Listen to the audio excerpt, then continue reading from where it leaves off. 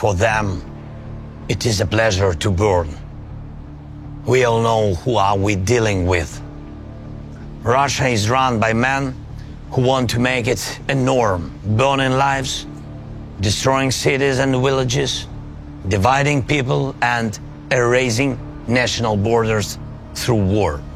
There is no nation that can stop such war alone. Unaided world leaders' engagement is needed. I'm now in Kharkiv, a city in the east of Ukraine, and unfortunately very close to the border on Russia.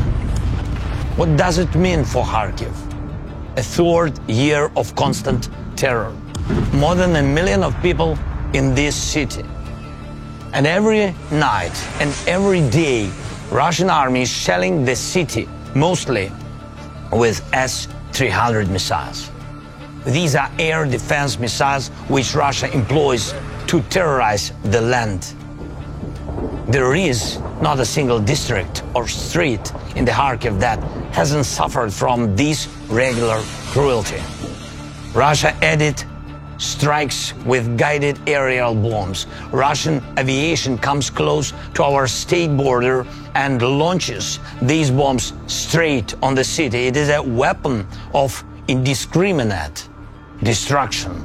And anyone in any city of the world, from Sao Paulo to Harbin, take this the same way as terror. Just like all other Russian strikes on hundreds of other of our cities and villages.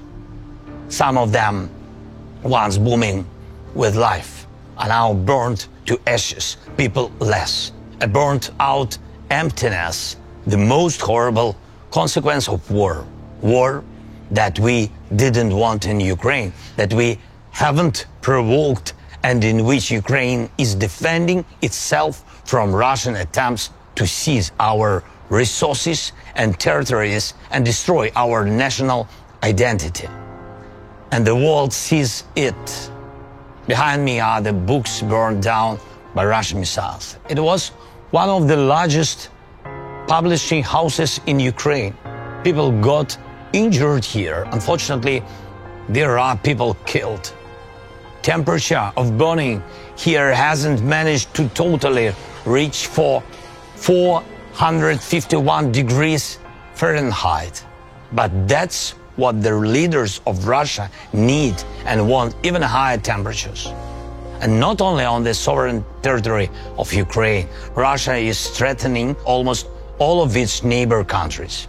Russia is the only state that captured the nuclear power plant and is openly using it for radiation blackmail.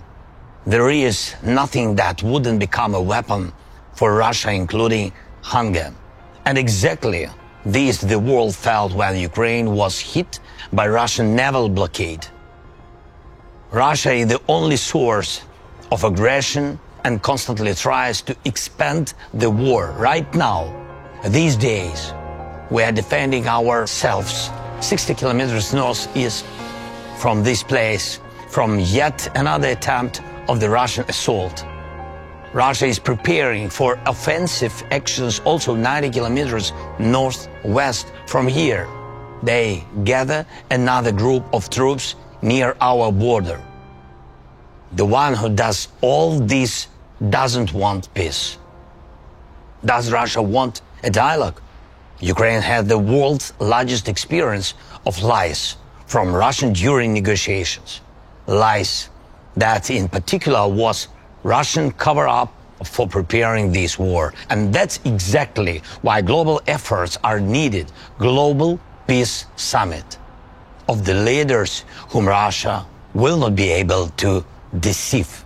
Summit that will show who in the world really wants to end the war and not just claim the ceasefire, which will inevitably be broken by Russian rockets and artillery, just like as it was dozens of times before.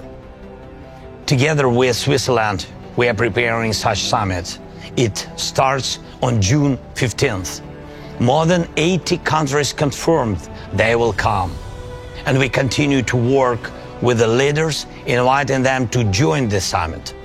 I thank everyone who really helps to bring the peace. And I am appealing to the leaders of the world who are still aside of the global efforts of the Global Peace Summit.